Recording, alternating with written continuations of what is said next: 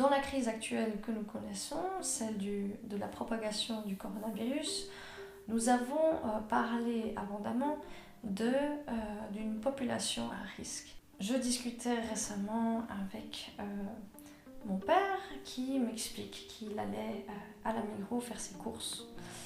Il constate que la plupart des personnes autour de lui sont en train de l'éviter et il me communique le fait que c'est étrange. Il a l'impression que tout le monde se méfie de lui. Pourquoi ? Alors, il est tout à fait possible, avec un énoncé comme celui qui a été proposé, c'est-à-dire qu'il existe une population à risque, il est tout à fait possible d'avoir plusieurs interprétations de cet énoncé. Qu'est-ce qu'on est en train de désigner lorsqu'on parle de population à risque ? Est-ce qu'on parle du risque d'être contaminé ?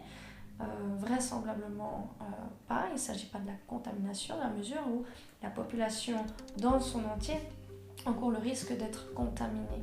Ici, on est en train de désigner une autre forme de risque, c'est là qu'il y a une ambiguïté dans le terme risque. C'est une population qui encourt en fait un risque sévère de mourir de la maladie. Il y a un autre aspect qui demeure ambigu dans cet énoncé lorsqu'on dit population à risque. Qu'est-ce qu'on entend ici lorsqu'on désigne une population à risque ?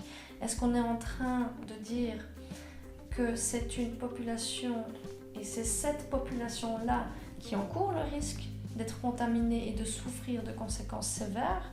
Ou est-ce que cette population à risque, c'est une population qui présente un risque pour autrui au sein d'une communauté ? Et là, on a des images qui sont tout à fait différentes. Merci pour votre attention, merci d'avoir été là avec moi et à la semaine prochaine.